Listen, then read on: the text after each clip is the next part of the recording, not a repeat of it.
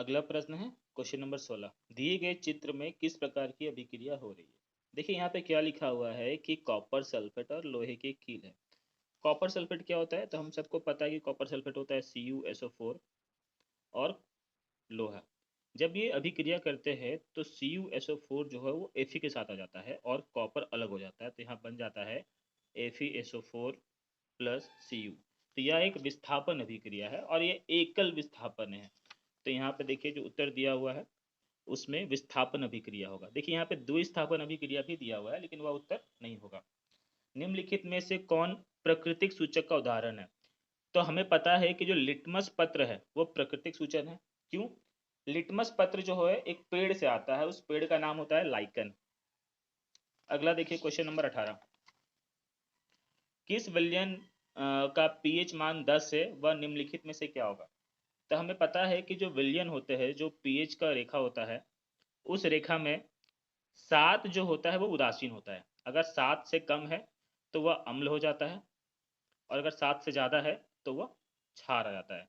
तो हमें पूछा है कि अगर किसी का पीएच मान 10 है तो वह क्या होगा, तो वह एक क्षार होगा।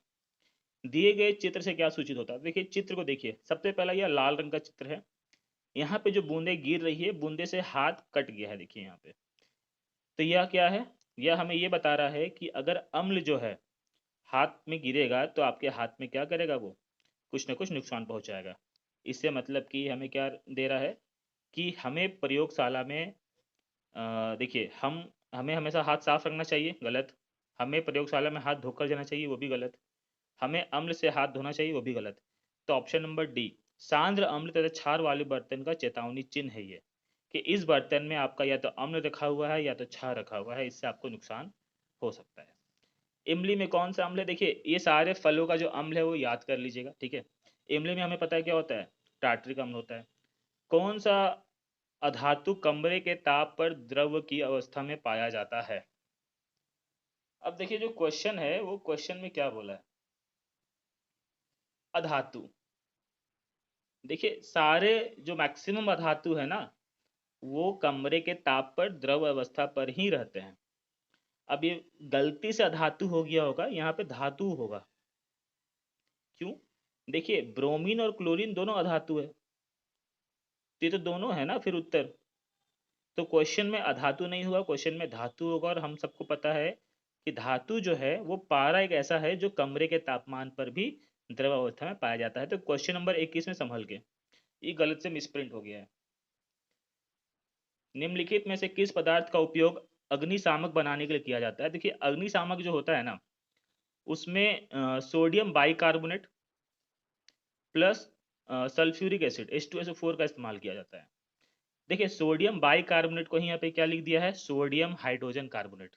सोडियम हाइड्रोजन कार्बोनेट, ऐसे ये इस नाम सही नहीं है, इसका नाम सोडियम बाइकार्बोनेट होना चाहिए। तो इसका उत्तर होगा ऑप्शन नंबर बी। अब देखते हैं क्वेश्चन नंबर 23। आधुनिक आवर्त सारणी किस आधार पर बना है। देखिए पहले के जो आवर्त सारणी थे ना, वो परमाणु द्रव्यमान पर थे। ये जो है ये पहले हुआ करता था, जिस कारण से जितने भी आपके आवर्त सारणी बने हैं इससे पहले वो सब के सब गलत प्रूफ हुए हैं। इसीलिए अब जो है परमाणु संख्या पे आवर्त सारणी तैयार की गई थी। निम्नलिखित में से निम्नलिखित में से कौन धातु सबसे अधिक अभिक्रियाशील है। तो मुझे पता है सोडियम सबसे अधिक अभिक्रियाशील है। सोडियम ऐसा धातु है कि इसको आप पानी में भी फेंक दे तो वहां पर भी वो आग पकड़ ले। पृथ्वी की भूपर पट्टी में प्राकृतिक रूप से पाए जाने वाले तत्व या यौगिक को क्या कहते हैं, तो अयस्क कहते हैं। ये तो सबसे आसान था। प्रोपेनॉल में अभिक्रियाशील समूह कौन है। अब देखिए प्रोपेनॉल, देखिए अगर ऑल आ जाए तो वो अल्कोहल होगा, ठीक है। अल आ जाए तो वो एल्डिहाइड होगा, ठीक है। और अगर आपका ओइक एसिड आ जाए, ओइक एसिड, तो ये आपका कार्बोजाइलिक एसिड होता है। क्या होता है, कार्बोजाइलिक एसिड। इसके अलावा अगर अन आ जाए, प्रोपेनन होता है यहाँ पे, अन या नन आ जाए तो वो होता है कीटोन। क्या होता है, कीटोन। तो ये चारों वर्ड को देख लीजिएगा, यहाँ का जो उत्तर होगा वो ऑल आ रहा है क्योंकि प्रोपेनॉल है, तो इसमें अल्कोहल ग्रुप होगा। प्रकाश संश्लेषण अभिक्रिया में निम्नलिखित में से क्या नहीं होता है? जल का टूटना, बिल्कुल जल तो टूटता ही है ना। H2O ही टूट के तो आपका देखिए H+ हाइड्रोजन अलग होता है और साथ में ऑक्सीजन अलग होता है। देखिए, प्रकाश संश्लेषण प्रक्रिया में निम्नलिखित में से क्या नहीं होता है? जल का टूटना बिल्कुल होता है, ऑक्सीजन का मुक्त होना बिल्कुल, जो पौधे होते हैं ऑक्सीजन मुक्त करते हैं।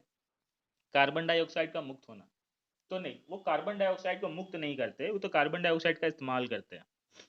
तो इसका जो सही इस्तेमाल है उसका ये हो जाएगा, ये ऑप्शन नंबर सी।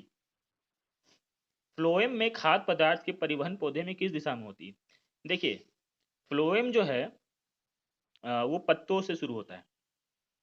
वो खाना जो बनता है उस खाने को वो पहुंचाता है, तो खाना को तो पौधे के हर भाग में पहुंचाना पड़ेगा ना, या वह इसलिए फ्लोएम जो है ऊपर और नीचे दोनों की ओर आपका जो है दोनों दिशा में खाद्य पदार्थों का परिवहन कर सकता है।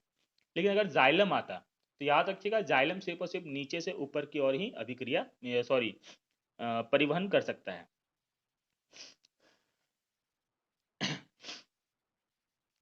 वृक्क की रचनात्मक तथा क्रियात्मक इकाई को क्या कहते हैं? अब देखिए, वृक्क वृक्क में ऐसे दो पाइप होते हैं और यहाँ पे वृक्क बना रहता है। एक से आपका साफ खून आता है और एक से आपका गंदा खून जाता है। अच्छा, इसके क्वेश्चन में है कोशिका, वृक्क, न्यूरॉन, डायलिसिस, चारों में से कोई नहीं। तो यह क्वेश्चन संभल के देखिएगा। वृक्क की रचनात्मक इकाई जो होती है वो नेफ्रॉन होती है। हम इसे हिंदी में विक्राणु भी कहते हैं, जो यहाँ पे नहीं है। मेरे ख्याल से जो न्यूरॉन लिखा हुआ है वो गलती से लिख दिया है, न्यूरॉन की जगह नेफ्रॉन होता, न्यूरॉन की जगह नेफ्रॉन होता। तो ये क्वेश्चन नंबर 29 में थोड़ा गड़बड़ है, देख लीजिएगा। क्वेश्चन नंबर 30, फल को पकाने के लिए कौन सा हार्मोन उत्तरदायी? तो मुझे पता है ये एथिलीन होता है।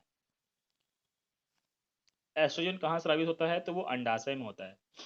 एस्ट्रोजन सबसे इंपॉर्टेंट हार्मोन होता है, देख लीजिएगा। नर युग्म और मादा युग्म के संलयन के लिए को क्या कहते हैं? तो इसे हम मुकुलन कहते हैं। दिए गए चित्र का में कौन सा होता है? तो इसे भी हम मुकुलन ही कहते हैं। पक्षी और चमगादड़ के पंख कैसे हैं? तो देखिए, इसके जो आपके पंख होते हैं वो असंजात अंक होते हैं। मेल्डन ने अपने प्रयोग के लिए कौन से पौधे को चुना था? तो मटर के पौधे को चुना था। निम्नलिखित में से कौन उत्पादक है? तो देखिए, सांप, मेढक, घास और ग्रास हॉपर, ये कीड़ा होता है। तो सांप, मेढक और ग्रास हॉपर खाते हैं, ये उपभोक्ता है। उत्पादक कौन है? घास। किसी आहार श्रृंखला में शाकाहारी का निर्माण कब होता है? तो प्रथम पोषी स्तर पे होता है। ओजोन परत के अपक्षय के लिए जिम्मेदार कौन है? तो CFC, जो फ्रिज में निकलता था, अब बंद कर दिया गया है उसे भी। निम्नलिखित में से कौन जैव मात्रा ऊर्जा स्रोत का उदाहरण नहीं? देखिए, यहाँ पे लिखा है जैव। जैव मतलब जो किसी सजीव चीज से बना हो, जैसे कि लकड़ी, तो लकड़ी एक जैव मात्रा है। गोबर गैस वो भी जैव मात्रा है। नाभिकीय ऊर्जा, तो नाभिकीय ऊर्जा एक जैव मात्रा नहीं है, क्यों? हमें पता है नाभिकीय ऊर्जा जो होते हैं वो यूरेनियम के जो आपके न्यूक्लियस होते हैं उसको टकरा के बनाया जाता है। कोयला भी जैव से ही बना है, तो इसका उत्तर होगा सी। पवन ऊर्जा उत्पादन के लिए पवन शक्ति की चाल न्यूनतम कितनी होनी चाहिए? तो 15 किलोमीटर पर आवर। तो यहाँ पे ये सेट खत्म हो गया।